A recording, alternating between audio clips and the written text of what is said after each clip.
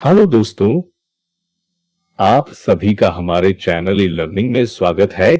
दोस्तों, अपना और आपका समय इंट्रोडक्शन में नष्ट न करते हुए हम सीधे प्राचीन भारत के इतिहास की श्रृंखला के पहले भाग की तरफ चलते हैं। पहला प्रश्न है, उदंतपुरी के बौद्ध विहार एवं महाविद्यालय की स्थापना किस शासक ने की थी? Option A Gopal, option B Devpal, option C Dharmapal या ऑप्शन डी महिपाल। इस प्रश्न का उत्तर है ऑप्शन ए गोपाल। उदंतपुरी के बौद्ध विहार एवं महाविद्यालय का निर्माण पाल वंश के शासक गोपाल ने कराया था। उदंतपुरी बिहार में पटना के निकट स्थित है। क्वेश्चन नंबर 2, भारत के किस शासक को लॉर्ड ऑफ 5 इंडीज कहा जाता है? Option A Samrat Ashoka, option B Chandragupta Vikramaditya, option C Samudragupta अथवा ऑप्शन डी हर्षवर्धन। इस प्रश्न का सही उत्तर है ऑप्शन डी हर्षवर्धन। कई इतिहासकार ये विश्वास करते हैं कि लॉर्ड ऑफ 5 इंडीज के अंतर्गत सौराष्ट्र, कन्नौज, गौड़, मिथिला एवं उड़ीसा के प्रांत संयुक्त रूप से शामिल है, जिस पर सम्राट हर्षवर्धन शासन करते थे। अगला प्रश्न संख्या 3 है, गुप्त वंश के किस प्रतापी शासक ने चीन के सांग वंश के सम्राट के दरबार में अपना दूत भेजा था? Option A Samudragupta, option B Chandragupta Vikramaditya, option C Kumaragupta प्रथम या ऑप्शन डी स्कंदगुप्त। इस प्रश्न का उत्तर है ऑप्शन डी स्कंदगुप्त। 466 ईस्वी में गुप्त सम्राट स्कंदगुप्त ने चीन के सांग वंश के सम्राट के दरबार में अपना दूत भेजा था। अगला प्रश्न 4 है, इनमें से किस राजवंश में राजा एवं युवराज राज्य पर संयुक्त रूप से शासन करते थे? Option A Indo Greek, option B Satavahana, option C Shaka अथवा option D Kushan.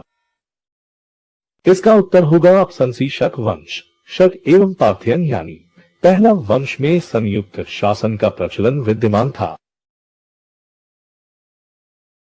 Question number 5 है, मैत्रेयी संहिता का संबंध निम्नलिखित में से किस वेद से है?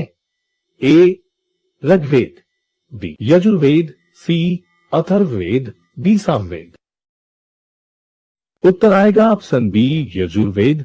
यजुर्वेद के 2 प्रधान रूप है, पहला कृष्ण यजुर्वेद और दूसरा शुक्ल यजुर्वेद।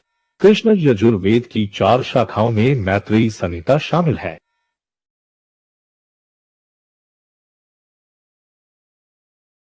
अगला प्रश्न है, भारत में रेशम का प्राचीनतम साक्ष्य किस पुरातत्व स्थल से प्राप्त हुआ है? ए निवासा, बी भगवानपुरा, सी आलमगीरपुर, डी दायमाबाद। इस प्रश्न का सही उत्तर है ऑप्शन ए निवासा। नेक्स्ट क्वेश्चन 7 है, मगध का सम्राट बनने से पूर्व शिशुनाग किस प्रांत का राज्यपाल था? ए उज्जैन का, बी काशी का, सी वत्स का या फिर डी अंका। इस प्रश्न का उत्तर है ऑप्शन बी काशी का। मगध का सम्राट बनने से पूर्व शिशुपाल काशी का अमात्य था। अगला 8वां प्रश्न है, 2014 ईस्वी में यूनेस्को विश्व धरोहर स्थल के रूप में शामिल रानी की वाव, जो गुजरात के पाटन जिले में स्थित प्रसिद्ध बावड़ी है, का निर्माण किसके द्वारा कराया गया था?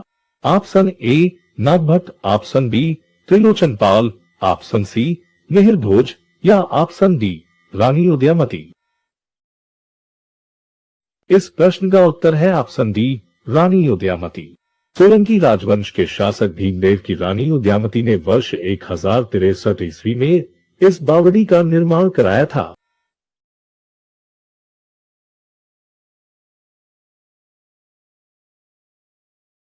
9वां प्रश्न है, तिब्बती परंपरा के अनुसार बौद्ध धर्म की थेरवाद शाखा की स्थापना किसके द्वारा की गई थी? ए पालक द्वारा, बी नागार्जुन द्वारा, सी महाकश्यप द्वारा या डी मोगलीपुत्र के द्वारा। द्वितीय बौद्ध संगीति, जो कालाशोक के समय हुई थी। बौद्ध धर्म के मतभेदों के परिणाम स्वरूप जो लोग परिवर्तन के पक्ष में थे, वे महासंधिक अथवा सर्वस्तिवादी कहलाए जिनका नेतृत्व महाकश्यप ने किया था, तथा जो लोग परिवर्तन के पक्ष में नहीं थे वे स्थावर अथवा थेरवादी कहलाए, जिनका नेतृत्व जन के महाकच्चायन ने किया था। परंतु तिब्बती परंपरा में कुछ और ही कहा गया है। इस परंपरा के अनुसार बौद्ध धर्म की थेरवाद मत की स्थापना महाकश्यप ने की थी। अतः इस प्रश्न का उत्तर है ऑप्शन सी, महाकश्यप के द्वारा। 10वां प्रश्न है, विश्व की सबसे पुरानी कांसे की नर्तकी की मूर्ति इनमें से किस स्थान से प्राप्त हुई है? ए हड़प्पा, बी मोहनजोदड़ो, सी कोटडीजी या डी आलमगीरपुर। इसका उत्तर है ऑप्शन बी, मोहनजोदड़ो। ये मूर्ति मोहनजोदड़ो से प्राप्त 4 इंच की नर्तकी की मूर्ति है, जो अपने कुल्हे पर दाहिना हाथ रखे हुए त्रिभंग नृत्य मुद्रा में खड़ी है। त्रिभंग मुद्रा 3 झुकावों के साथ शरीर के संचालन की मुद्रा को कहा जाता है।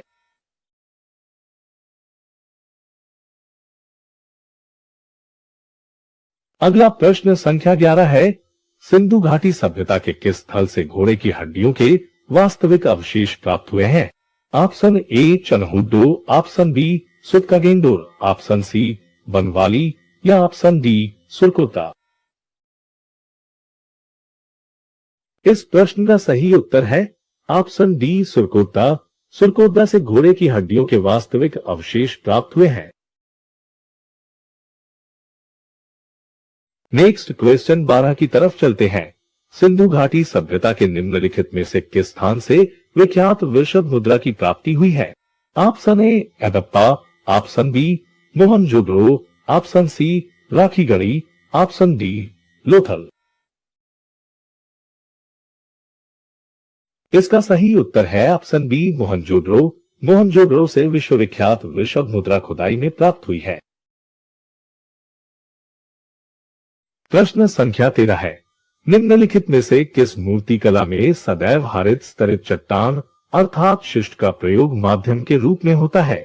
ए मौर्यकालीन मूर्ति कला, बी गांधार मूर्ति कला, सी मथुरा मूर्ति कला या डी भरहुत मूर्ति कला। इस महत्वपूर्ण प्रश्न का सही उत्तर है ऑप्शन डी भरहुत मूर्ति कला। प्रश्न संख्या 14, रोमन शासकों के अनुकरण पर किस वंश के शासकों ने अपने वंश के मृत शासकों की स्मृति में मंदिर एवं मूर्तियां अर्थात देवकुल बनवाने की प्रथा प्रारंभ की थी? Option A Indo Greek, option B Pahlava, option C Shaka अथवा ऑप्शन डी कुषाण। इस प्रश्न का उत्तर होगा ऑप्शन डी कुषाण।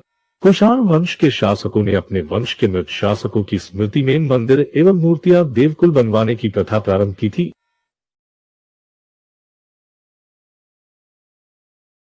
अगला 15वां प्रश्न है, निम्नलिखित में से उस राष्ट्रकूट शासक की पहचान करें जिसका जन्म अपने पिता के सैन्य अभियान के क्रम में सैनिक छावनी में हुआ था? Option A Amoghavarsha, option B Indra third, option C Krishna third या ऑप्शन डी करेक्ट। इस प्रश्न का उत्तर है ऑप्शन ए अमोघ वर्ष। इसका जन्म स्कंधावर के सैन्य शिविर में हुआ था। इसके पिता गोविंद तृतीय थे। ये मात्र 7 वर्ष की आयु में अपने पिता के सहायक सामंत कर्कराज के संरक्षण में शासक बना। कुछ समय बाद इसे सिंहासन से हटा दिया गया, परंतु अपने सभी शत्रुओं को हटाकर ये पुनः शासक बना। इसी ने राष्ट्रकूटों की राजधानी मयूरखिंडी से मान्यखेत स्थापित की।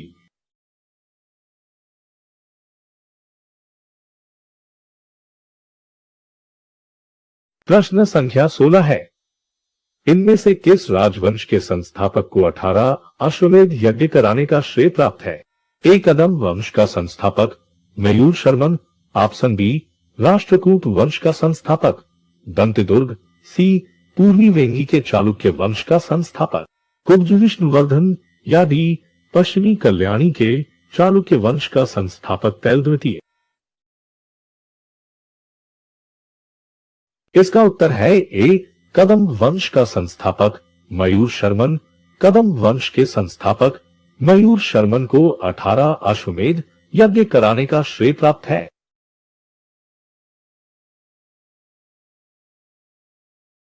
अगला प्रश्न संख्या 17 है। सेन वंश के किस शासक ने पाल वंश के शासकों द्वारा धारण किए जाने वाले गौडेश्वर की उपाधि धारण की थी? Option A Vijay Sen, option B Ballal Sen, option C Lakshman Sen अथवा ऑप्शन डी समंत सेन। इस प्रश्न का उत्तर है ऑप्शन बी बल्लाल सेन। बल्लाल सेन ने गौडेश्वर की उपाधि धारण की थी।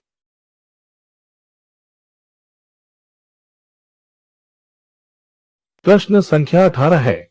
निम्नलिखित में से किस वंश के शासकों ने अरबों के भारत में प्रसार का सर्वाधिक एवं सफल प्रतिरोध किया था? ऑप्शन ए चंदेल वंश, ऑप्शन बी चालुक्य वंश, ऑप्शन सी राष्ट्रकूट वंश या फिर ऑप्शन डी प्रतिहार वंश। इसका सही उत्तर है ऑप्शन डी प्रतिहार वंश। प्रतिहार वंश के शासकों ने अरबों के आक्रमण का सबसे लंबे समय तक एवं सफल प्रतिरोध किया था।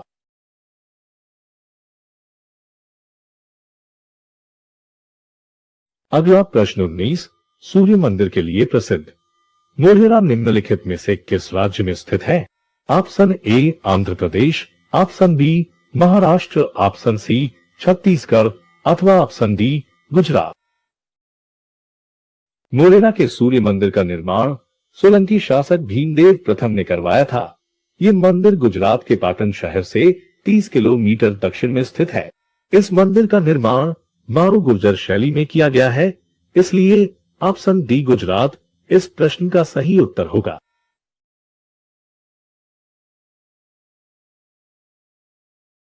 बीसवां प्रश्न इस प्रकार है। कला की दृष्टि से तीन थाल गुफा सर्वाधिक श्रेष्ठ गुफा मानी जाती है।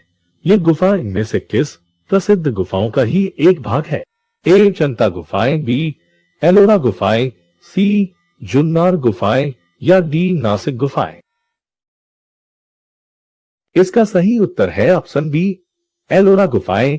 तीन थाल गुफाएं एलोरा गुफाओं का ही एक भाग है।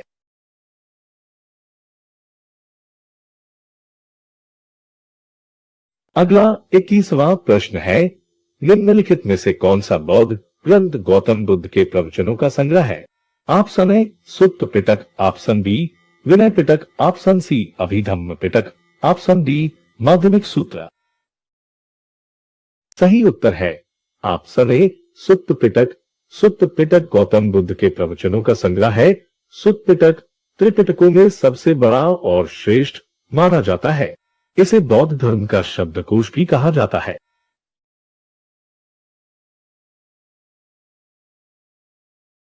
नेक्स्ट क्वेश्चन 22 है। अशोक महान के निम्नलिखित उत्तराधिकारियों में से किसने बौद्ध मतानुयायी होने के साथ ही अशोक के समान धम्म विजय भी किया था? Option A Shalishuka, option B Dasharatha, option C Samprati अथवा ऑप्शन डी कुणाल। अशोक के उत्तराधिकारियों में से शालिशुक, जो बौद्ध मतानुयायी भी था, ने अशोक के समान धम्म विजय भी किया था। इसलिए इस प्रश्न का उत्तर होगा ऑप्शन ए शालिशुक।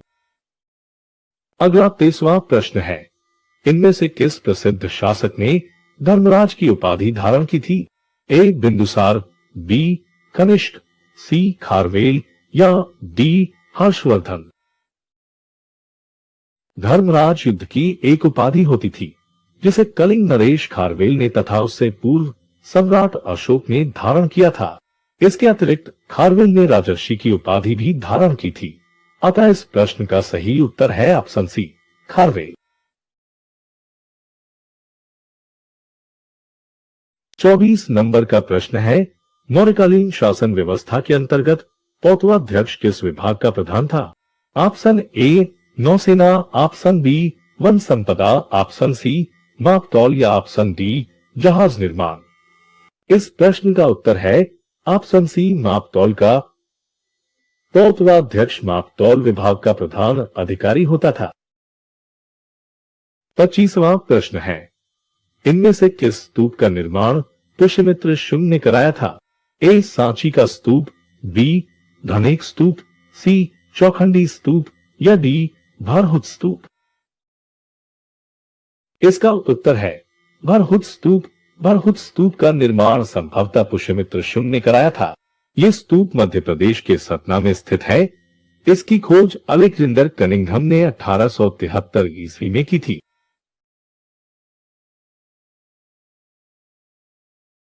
प्रश्न संख्या 26 है, निम्नलिखित में से किस वेद का एक भी आरण्यक नहीं है? Option A Rigveda, option B Samaveda, option C Yajurveda अथवा ऑप्शन डी अथर्ववेद। इस प्रश्न का सही उत्तर है ऑप्शन डी अथर्ववेद। अथर्ववेद का एक भी आरण्यक नहीं है। 27वां प्रश्न, मूर्तिकला की कुंतल शैली निम्नलिखित में से किस राजवंश से संबंधित है? ऑप्शन ए चालुक्य वंश, ऑप्शन बी चोल वंश, ऑप्शन सी पांड्य वंश या ऑप्शन डी राष्ट्रकूट वंश। इस प्रश्न का सही उत्तर है ऑप्शन डी राष्ट्रकूट राजवंश। 28वां प्रश्न है, राष्ट्रकूट वंश का एकमात्र शासक निम्नलिखित में से कौन था जिसकी हत्या एक राज क्रांति में कर दी गई थी? Option A Khottiga, option B Govind चतुर्थ, ऑप्शन सी कर्क द्वितीय या ऑप्शन डी निरुपम। 936 ईस्वी में राष्ट्रकूट शासक गोविंद चतुर्थ को जनता एवं प्रशासनिक तंत्र द्वारा सत्ता से अपदस्थ कर दिया गया था तथा कुछ समय पश्चात युद्ध भूमि में उसे मार डाला गया था।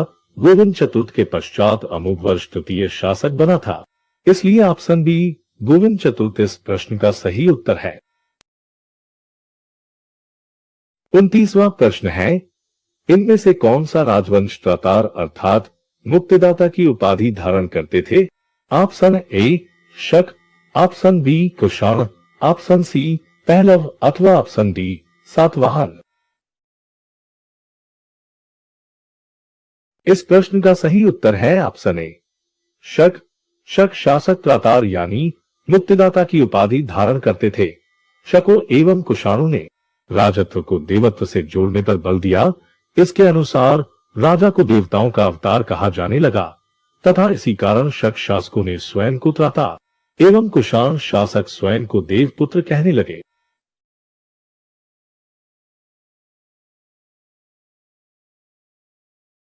तीसवां प्रश्न, हड़प्पा सभ्यता के निम्नलिखित में से किस स्थल से एक उन्नत जल प्रबंधन व्यवस्था के साक्ष्य प्राप्त हुए हैं? Option A Dholavira, B Rakhigarhi, C Lothal या डी बनावली। इस प्रश्न का सही उत्तर है ऑप्शन ए धौलावीरा। धौलावीरा से उन्नत जल प्रबंधन व्यवस्था के साक्ष्य प्राप्त हुए हैं। साथ ही धौलावीरा से जल संग्रह के लिए बांधों के निर्माण के साक्ष्य भी मिले हैं।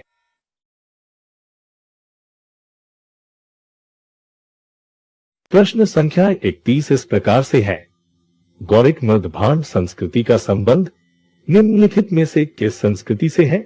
ऑप्शन ए जोरवे संस्कृति, ऑप्शन बी लौह युगीन संस्कृति, ऑप्शन सी कांस्य युगीन संस्कृति या ऑप्शन डी ताम्रपाषाणिक संस्कृति से। इस प्रश्न का सही उत्तर है ऑप्शन डी ताम्रपाषाणिक संस्कृति से। नेक्स्ट प्रश्न 32 है, निम्नलिखित में से किस ताम्रपाषाणकालीन स्थल से 13 कमरे के मकान के साक्ष्य मिले हैं? ए चिरान से, बी भगवानपुरा से, सी दायमाबाद से या डी इनाम गांव से। इसका उत्तर होगा ऑप्शन बी भगवानपुरा से। भगवानपुरा के ताम्रपाषाण कालीन स्थल से 13 कमरे के मकान के साक्ष्य मिले हैं। अगला प्रश्न 33 है, निम्नलिखित में से ताम्रपाषाण काल का कौन सा स्थल ताम्रवती के नाम से जाना जाता था? Option A Ahar, option B Songaon, option C Inamgaon या ऑप्शन डी दायमाबाद। इसका सही उत्तर है ऑप्शन ए आहार। आहार एक प्रसिद्ध ताम्रपाषाण काल का स्थल है जो ताम्रवती के नाम से जाना जाता था। 34 नंबर का प्रश्न है, सिंधु घाटी सभ्यता का वह एकमात्र स्थल निम्नलिखित में से कौन सा है जहां से चावल यानी धान का प्राचीनतम प्रमाण मिला है? Option A Koldihwa, option B Balathal, option C Mehrgarh अथवा ऑप्शन डी बुरजहोम। इस प्रश्न का सही उत्तर है ऑप्शन ए कोल्डिहवा। कोल्डिहवा जो जिला प्रयागराज में स्थित सिंधु घाटी सभ्यता का प्रमुख स्थल है। यहां से चावल के प्राचीनतम प्रमाण मिले हैं। इसे विश्व का सबसे पुराना साक्ष्य माना जाता है, लगभग 6500 ईसा पूर्व का।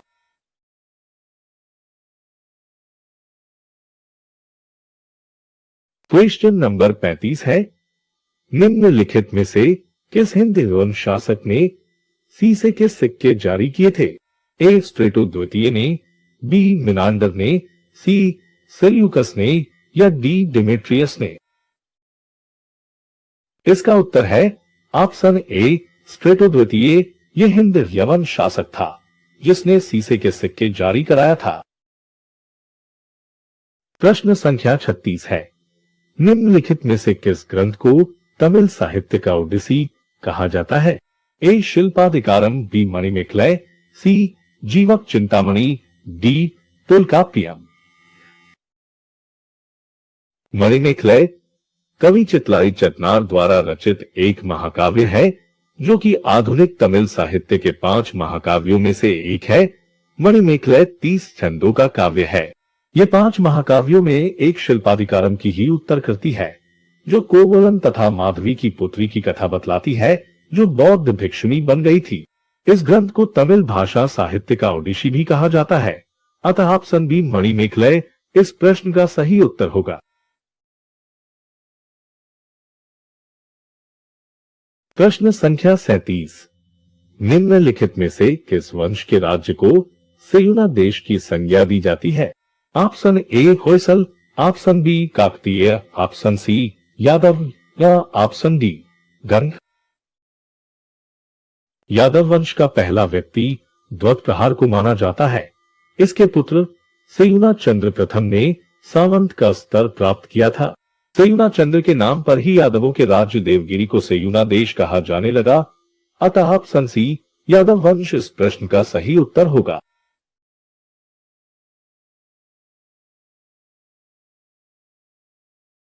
प्रश्न 38 है, कांचीपुरम का कैलाशनाथ मंदिर इनमें से किस शैली में निर्मित है? ए नंदी वर्मन शैली, बी राजसिंह शैली, सी मामल शैली, डी महेंद्र वर्मन शैली। कांचीपुरम के कैलाशनाथ मंदिर का निर्माण नरसिंह वर्मन द्वितीय ने कराया था। स्वतंत्र रूप से मंदिर का निर्माण, शिखर एवं गोपुरम का निर्माण शैली की मुख्य विशेषता है। ये मंदिर राजसिंह शैली में निर्मित है। अतः ऑप्शन बी राजसिंह शैली इसका उत्तर है।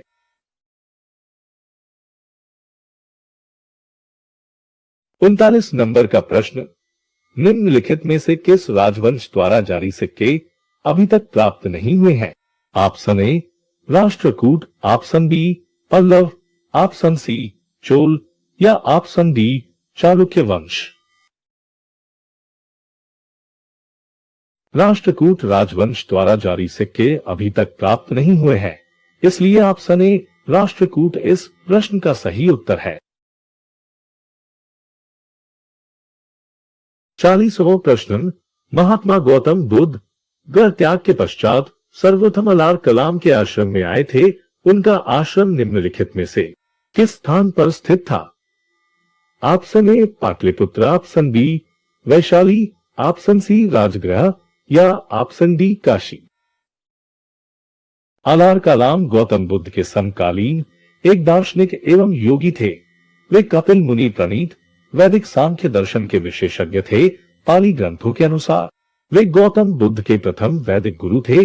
अलार कलाम ध्यानाचार्य एवं योगी के रूप में कौशल जनपद में प्रसिद्ध थे। 6 वर्षों तक उनके पास रहकर गौतम बुद्ध ने सांख्य मार्ग तथा समाधि मार्ग का उचित अध्ययन किया और इन पर दक्षता और प्रवीणता हासिल की। अतः इस प्रश्न का सही उत्तर है ऑप्शन बी वैशाली।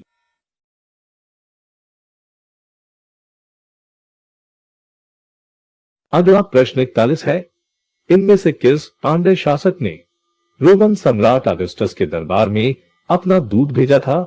ए नेडियन, बी पालशालय, सी नेडुजेलियन, डी पेरुमल किल्ली। पांड्य शासक नेडुजेलियन ने रोमन सम्राट अगस्टस के दरबार में अपना दूत भेजा था, इसलिए ऑप्शन सी नेडुजेलियन इस प्रश्न का उत्तर है।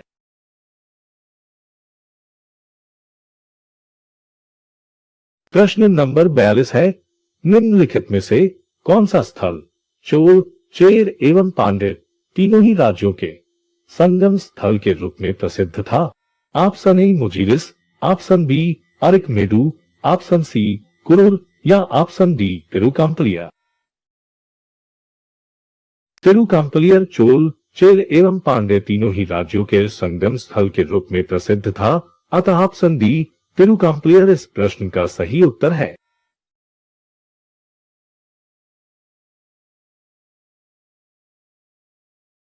तिरालीसवां प्रश्न, निम्नलिखित में से किस ग्रंथ को भारत का प्रथम संपूर्ण नाटक माना जाता है? ए स्वप्नवासव दत्ता, बी विभा शास्त्र, सी मालविकाग्निमित्रम अथवा डी अभिज्ञान शाकुंतलम। स्वप्न वासवदत्ता अर्थात वासवदत्ता का स्वप्न महाकवि भास का प्रसिद्ध संस्कृत नाटक है। इसमें 6 अंक है। भास के नाटकों में यह सबसे उत्कृष्ट है। इस नाटक का नामकरण राजा उदयन के द्वारा स्वप्न में वासवदत्ता के दर्शन पर आधारित है।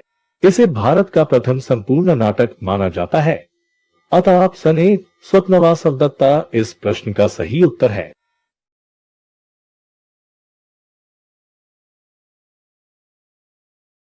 प्रश्न 44, गुप्त साम्राज्य की कमजोरी का लाभ उठाकर उसके किस प्रांत ने सर्वप्रथम अपनी स्वतंत्रता की घोषणा की थी? Option A Mandsaur, option B Malwa, option C Saurashtra, option D Kashi.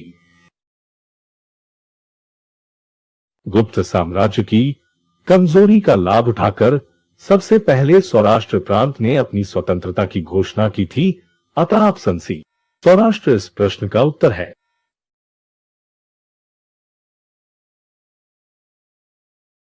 Question 45, निम्नलिखित अभिलेखों में से कौन सा एक खाद्यान्न को देश में संकट काल में उपयोग के लिए सुरक्षित रखने के विषय में प्राचीनतम शाही आदेश है?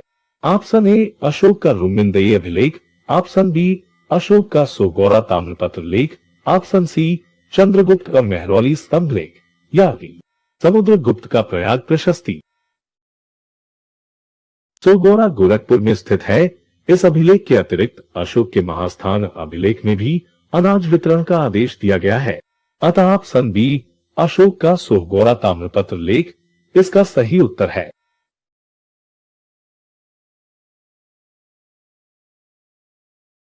अगला प्रश्न है, बौद्ध धर्म की सहजयान विचारधारा का संस्थापक निम्नलिखित में से किसे कहा जाता है? Option A Lakshmankar, option B Tadakpad, option C Rahul Bhadra, option D Rajashekhar. इसका उत्तर है ऑप्शन सी राहुल भद्रा। 8वीं शताब्दी के अंत में एक बौद्ध भिक्षु राहुल भद्र ने सहजयान नाम से एक धार्मिक आंदोलन प्रारंभ किया था। यही बौद्ध भिक्षु सिद्ध सराहपाद के नाम से विख्यात हुए थे।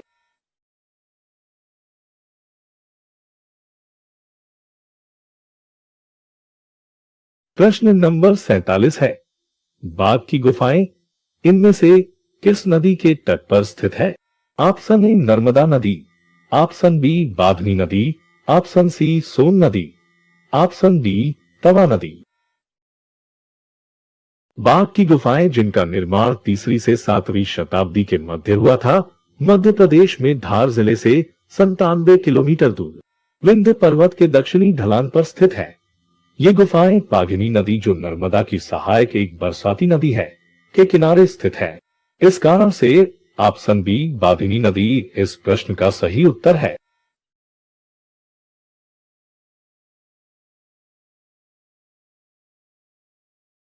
उनतालीसवां प्रश्न, बंगाल के किस प्रसिद्ध शासक को कुलीनवाद के नाम से विख्यात सामाजिक आंदोलन का प्रचलनकर्ता कहा जाता है? Option A Vijay Sen, option B Lakshman Sen, option C Ballal Sen या डी सामंत सेन। बंगाल के सेन वंश के शासक बल्लाल सेन को बंगाल में जाति प्रथा एवं कुलीन प्रथा को संगठित करने का श्रेय प्राप्त है। बल्लाल सेन ने अपने राज्य बंगाल में कुलीनवाद के नाम से विख्यात सामाजिक आंदोलन चलाया था, अतः ऑप्शन सी बल्लाल सेन सही उत्तर है।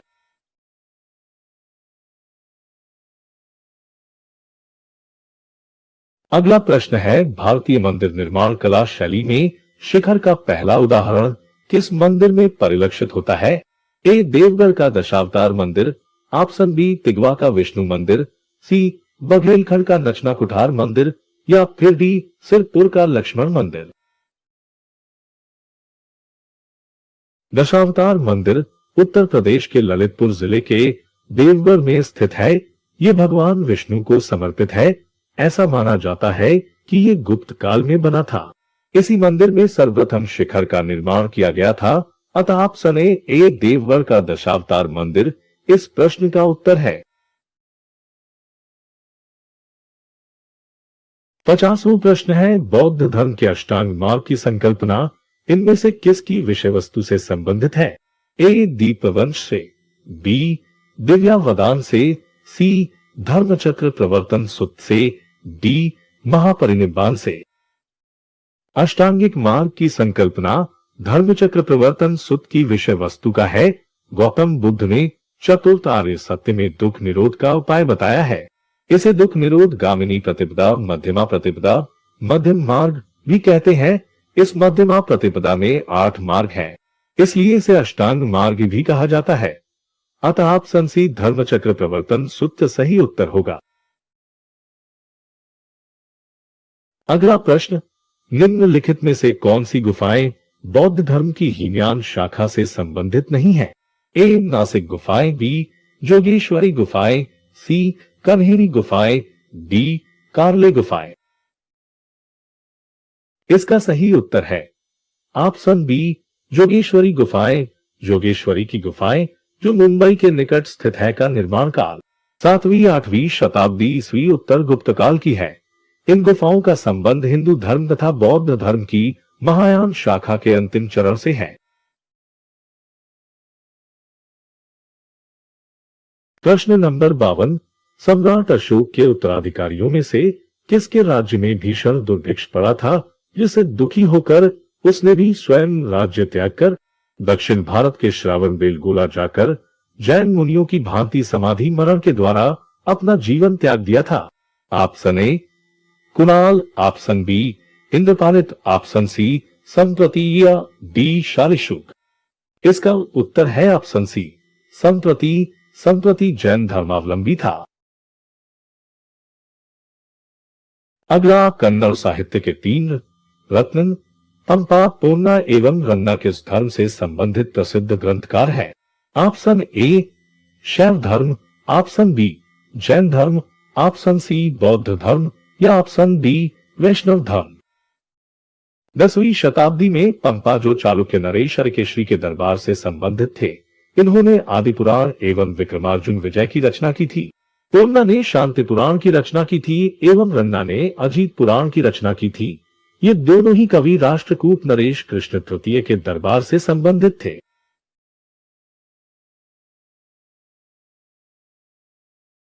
नेक्स्ट, 54वां प्रश्न, भरहुत स्तूप के संबंध में इनमें से कौन सा कथन सत्य है? ए इसका निर्माण सम्राट अशोक ने कराया था, बी इसका निर्माण पुष्यमित्र शुंग ने कराया था, सी इसका निर्माण दशरथ ने कराया था, अथवा डी इसका निर्माण वसुमित्र ने कराया था। भरहुत भारत के मध्य प्रदेश राज्य में सतना जिले में स्थित एक स्थल है। ये स्थान बौद्ध स्तूप और कलाकृतियों के लिए प्रसिद्ध है। यहाँ का स्तूप पुष्यमित्र शुंग द्वारा संभवतः 185 ईसा पूर्व के बाद निर्मित किया गया था। अलेक्जेंडर कनिंघम ने सर्वप्रथम 1873 ईस्वी में इस स्थल का पता लगाया था। तो अभी तक आपने देखा प्राचीन भारत के इतिहास की श्रृंखला का पहला भाग। जल्द ही हम अगले भाग 2 को लेकर आपके समक्ष उपस्थित होंगे। यदि आपने हमारे चैनल को सब्सक्राइब नहीं किया है तो हमारे चैनल को सब्सक्राइब कर दें और वीडियो पसंद आए तो लाइक और कमेंट जरूर करें। तब तक के लिए नमस्ते एवं नमस्कार।